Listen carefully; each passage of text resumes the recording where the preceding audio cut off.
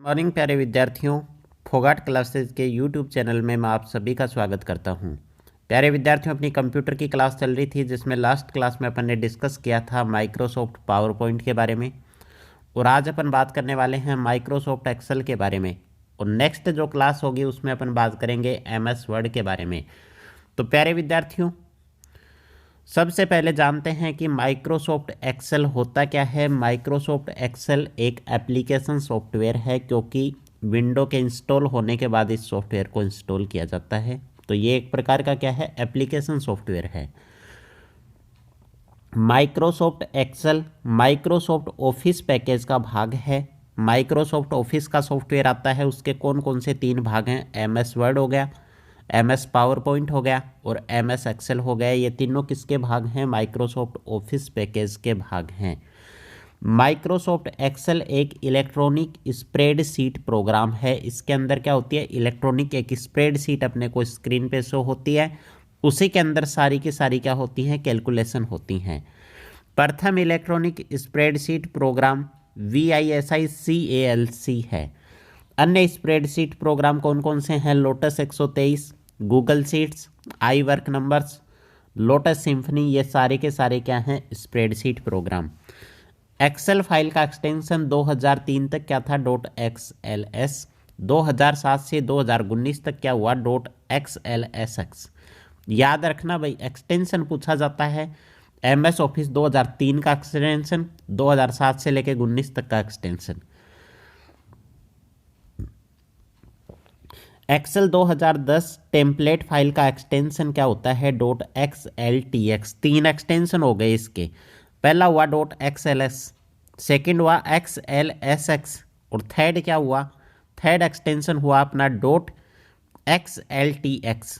Excel का run command मैंने आपको बताया था, विंडो के साथ अगर अपन R की प्रेस करते हैं तो अपनी रन विंडो ओपन होती है। उसके अंदर अपन कमांड देते हैं, या तो एक्सेल लिखते हैं या excel.exe लिखते हैं, तो एक्सेल क्या हो जाता है, रन हो जाता है। एक्सेल में बनने वाली फाइल को क्या कहा जाता है, वर्कबुक। जिस पे काम करते हैं वो क्या हुआ, स्प्रेडशीट। बनने वाली फाइल वर्कबुक। एक्सेल में बनने वाली फाइल का डिफ़ॉल्ट नेम क्या होता है, बुक 1 होता है। और पावर पॉइंट में बनने वाली फाइल का डिफ़ॉल्ट नाम क्या होता है, प्रेजेंटेशन 1। वर्कबुक वर्कशीट का संग्रहण है भाई। ऊपर ही ऊपर क्या आ गई, वर्कबुक। और वर्कबुक के अंदर क्या होती हैं, बहुत सारी वर्कशीट होती हैं। एक्सेल की एक वर्कबुक में अधिकतम 255 वर्कशीट होती हैं। कितनी होती हैं भाई, 255 वर्कशीट होती हैं। आगे बात करूं, वर्कबुक में वर्कशीट्स का नाम क्या होता है, शीट 1, शीट 2, शीट 3 इस प्रकार से होता है। आवश्यकता अनुसार सीट का नाम भी अपन क्या कर सकते हैं, चेंज कर सकते हैं। वर्कशीट के नाम में अधिकतम 31 अक्षरों का प्रयोग होता है। एक्सेल में वर्कशीट के टेबल के रूप में होती है, जो कि अनेक सेल से मिलकर बनी होती है। सबसे पहले क्या हुई, वर्कबुक के अंदर वर्कशीट के अंदर क्या होती हैं, सेल्स होती हैं। सेल के समूह को वर्कशीट कहा जाता है। रो व कॉलम के संगम को क्या कहा जाता है, सेल कहा जाता है। रो व कॉलम के कटाव को सेल कहा जाता है। देखते हैं अपन, रो व कॉलम के प्रतिच्छेदन को क्या कहा जाता है, सेल कहा जाता है। रो व कॉलम के इंटरसेक्शन को भी क्या कहा जाता है, सेल कहा जाता है। ये देखो भाई, ये पूरी की पूरी क्या है, वर्कबुक। ये पूरी की पूरी जो दिख रही है ये क्या है, वर्कबुक है। इस वर्कबुक के अंदर ये क्या है, स्प्रेडशीट है। ठीक है, स्प्रेडशीट है। ये यहाँ पे क्या है, रो हैं, ये क्या है, कॉलम है। रो और कॉलम जहाँ पे प्रतिच्छेदन करते हैं उसको क्या बोला जाता है, उसको सेल बोला जाता है। तो ये चीज़ें आपको समझ आ गई होंगी।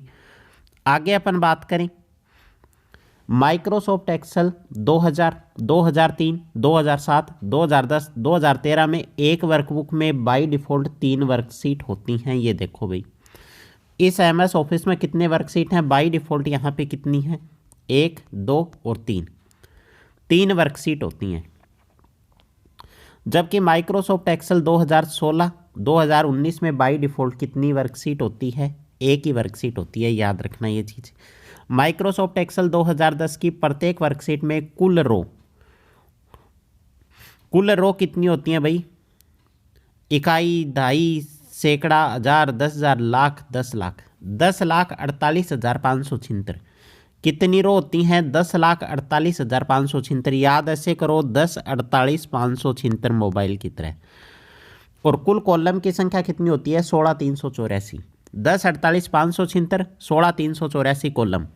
रो अर्थात पंक्तियां हॉरिजॉन्टल रूप में होती हैं। रो का नंबर कहाँ से स्टार्ट होता है? 1 2 3 4 से 10,48,576 के रूप में होता है। ये देखो भाई, रो का नंबर कैसे है? 1 2 3 4 5 6 7 और 10,48,576। ऐसे ही कॉलम कहाँ से स्टार्ट होते हैं भाई? ABCDEFGH। अल्फ़ाबेट में क्या होते हैं? कॉलम होते हैं। ये कहाँ तक जाते हैं? XFD तक।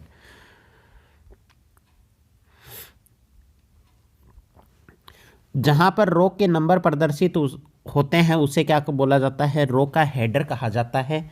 पहली रो का नंबर 1, अंतिम रो का नंबर क्या होता है? 10,48,576 होता है। रो को हाइड करने की शॉर्टकट की क्या होती है? Ctrl+9।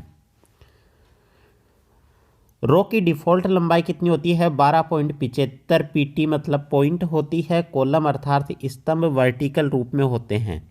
रो तो क्या होती हैं? हॉरिजॉन्टल रूप में, और कॉलम क्या होते हैं? वर्टिकल रूप में। कॉलम अर्थात स्तंभ वर्टिकल रूप में होते हैं। कॉलम का नाम किससे होता है भाई? ABCD। कॉलम का नाम इससे होता है। और XFD के रूप में होता है। जहां पर कॉलम का नाम प्रदर्शित होता है उसे क्या कहा जाता है? Column header. देखो भाई एक बार, ये सारे के सारी चीज़ें क्या है? कॉलम का नाम है, और इसको बोला जाता है कॉलम का हेडर, और इसको बोला जाता है रो का हेडर, जिसमें रो के नाम प्रदर्शित होते हैं। आगे बात करें, पहले कॉलम का नाम ए व अंतिम कॉलम का नाम क्या होता है? XFD। कॉलम को हाइड करने के लिए Ctrl+0। कॉलम की डिफ़ॉल्ट ऊंचाई 8.43 PT होती है। वर्कशीट में एक साथ एक से अधिक सेल का चयन को करने को क्या बोला जाता है? सेल की रेंज कहलाता है। वर्तमान में जिस सेल पर कार्य किया जाता है उस सेल को क्या बोला जाता है? एक्टिव सेल कहा जाता है। सेल का डाटा फॉर्मूला बार में प्रदर्शित होता है। ऊपर यहाँ पे क्या होती है भाई? यहाँ पे चलती है फॉर्मूला बार। इसके जस्ट ऊपर यहाँ फॉर्मूला बार होती है।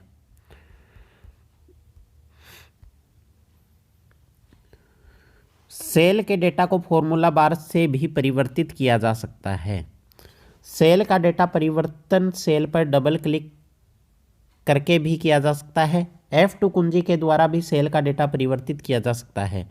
सेल में नंबर का डिफ़ॉल्ट अलाइन राइट अर्थात दायां होता है। सेल में टेक्स्ट अर्थात अंग्रेजी वर्णमाला के अक्षरों का डिफ़ॉल्ट अलाइन क्या होता है? लेफ्ट होता है। सेल का एड्रेस नेम बॉक्स में प्रदर्शित होता है। नेम बॉक्स एक्सेल विंडो के लेफ्ट में फॉर्मूला बार में प्रदर्शित होती है। प्रत्येक सेल का जो एड्रेस होता है वो क्या होता है? अलग अलग होता है। उसी एड्रेस से अपन क्या है? फंक्शंस पे वर्क करते हैं। सेल का एड्रेस कॉलम नाम व रो नंबर से मिलकर बना होता है। बताऊंगा ये सारी चीज़ें किस तरीके से, एक एग्जाम्पल लेंगे उसमें समझ आ जाएगा। सेल एड्रेस में पहले कॉलम का नाम फिर रो का नंबर होता है। डिफ़ॉल्ट फ़ॉन्ट की साइज़ 11 होती है। फॉर्मेटिंग टूल बार में फ़ॉन्ट साइज़ न्यूनतम कितनी होती है भाई? 8 से लेकर अधिकतम कितनी? 72 तक होती है। फ़ॉन्ट की साइज़ को न्यूनतम 1 और अधिकतम 409 हो सकती है। डिफ़ॉल्ट फ़ॉन्ट कैलबरी होता है। एक्सेल वर्कशीट का न्यूनतम जूम साइज़ 10% और मैक्सिमम जूम साइज़ कितना होता है? 400% होता है। एक्सेल में चार्ट का प्रयोग भी कर सकते हैं अपन, जैसे कॉलम चार्ट हो गया, लाइन चार्ट हो गया, पाई चार्ट हो गया, एरिया चार्ट हो गया, XY चार्ट हो गया, stock chart, surface chart, donut chart, bubble chart और रेडार चार्ट। इस प्रकार के चार्ट भी होते हैं। अब बात करते हैं एक्सेल फंक्शन की। एक्सेल में पूर्व निर्धारित फॉर्मूले को क्या कहा जाता है? कुछ फॉर्मूले होते हैं जैसे ऐड, ये एक फॉर्मूला है। तो ये पूर्व निर्धारित जो फॉर्मूले होते हैं उन्हीं को क्या बोला जाता है? फंक्शन। एक्सेल में फंक्शन का प्रयोग करने से पहले क्या लगता है? बराबर का साइन लगता है। एक्सेल में इंसर्ट फंक्शन बॉक्स को ओपन करने की शॉर्टकट की क्या है? शिफ्ट के साथ F3 प्रेस करते हैं। एक्सेल में भी कई प्रकार के फंक्शन होते हैं, जैसे मैथ के फंक्शन हो गए, टेक्स्ट और स्ट्रिंग के फंक्शन, लॉजिकल फंक्शन हो गए, स्टैटिकल फंक्शन हो गए और फाइनेंशियल फंक्शन हो गए। यहाँ पे अपन बात करने वाले हैं, यहाँ पे अपने पास एक स्प्रेडशीट गिवन है और इस शीट के अंदर कुछ डेटा है। ये क्या है? रो हेडर है। इधर ये कॉलम हेडर है और यहाँ पे ऊपर क्या है, फॉर्मूला बार है, जिसके अंदर अपन फॉर्मूला अप्लाई करने वाले हैं। सबसे पहले अपन ने यहाँ पे फॉर्मूला अप्लाई किया है, सम A1 कोलन A4। सबसे पहले फॉर्मूला अप्लाई करने के लिए क्या आएगा, इक्वल का साइन। इक्वल के साइन के बाद फॉर्मूले का नेम जो अपन ने अप्लाई किया है, सम। कहाँ से कहाँ तक अप्लाई करना है, A1 से लेके A4 तक अपन ने अप्लाई किया है, तो बीच में क्या लगाएंगे, कोलन लगाएंगे। अब देखो इसका रिजल्ट कितना आया, ये A1 से लेके A1 एड्रेस कैसे होगा सेल का, ये जो पहली सेल है इसका एड्रेस कैसे होगा भाई, पहले कॉलम का नाम फिर रो का नाम। तो इसका एड्रेस कितना हुआ, A1, कॉलम का नाम A है, रो का नाम क्या है, 1 है। तो इसका एड्रेस कितना हुआ, A1। A1 से लेके A4 तक के डेटा को ये क्या करेगा, ऐड करेगा। ये फॉर्मूला देखो, 5 को ऐड किया, 2 को ऐड किया, 3 को ऐड किया और 2 को ऐड किया, 5 और 2 7, 7 और 3 10, 10 और 2 12। तो इसका रिजल्ट कितना आएगा, 12 आएगा। सेकंड फॉर्मूला है बराबर SQRT, स्क्वायर रूट किया है 25 का, वैल्यू अपन ने कितनी दे दी, 25। तो इसका रिजल्ट कितना आएगा भाई, 5। ठीक है, आगे बात करें, कुछ और भी फॉर्मूले हैं। पावर अप्लाई कर दिया तो बराबर पावर A2, A3। तो क्या हुआ, A2, A3। A2 कितनी है वैल्यू यहाँ पे, A ये रहा, A यहाँ पे ये है, 2 ये है, तो A2 की वैल्यू कितनी हुई, 2। और A3 कितना है, एक A तो ये रहा और 3 ये रहा, तो A3 की वैल्यू कितनी है, 3 है। तो पावर का मतलब क्या हो गया, यहाँ पे हो गया 2 की पावर 3, और 2 की पावर 3 कितना होता है, रिजल्ट 8 होता है।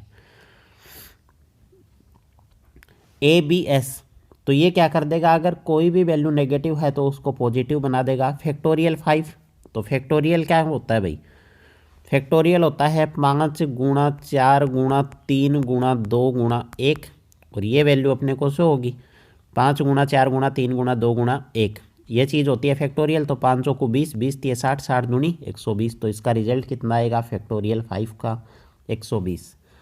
और ये है इंटीजर वैल्यू ही अपने को प्रदर्शित करेगा, तो इंटीजर 125.25 को ये क्या शो कर देगा, 125 शो करेगा। तो ये कुछ फॉर्मूले थे जो मैंने आपको बता दिए। तो उम्मीद करता हूँ साथियों MS एक्सेल की क्लास आपको अच्छी लगी होगी। अगर वीडियो अच्छा लगा तो वीडियो को लाइक और चैनल को सब्सक्राइब करना ना भूलें। जुड़े रहिए फोगाट क्लासेज के साथ।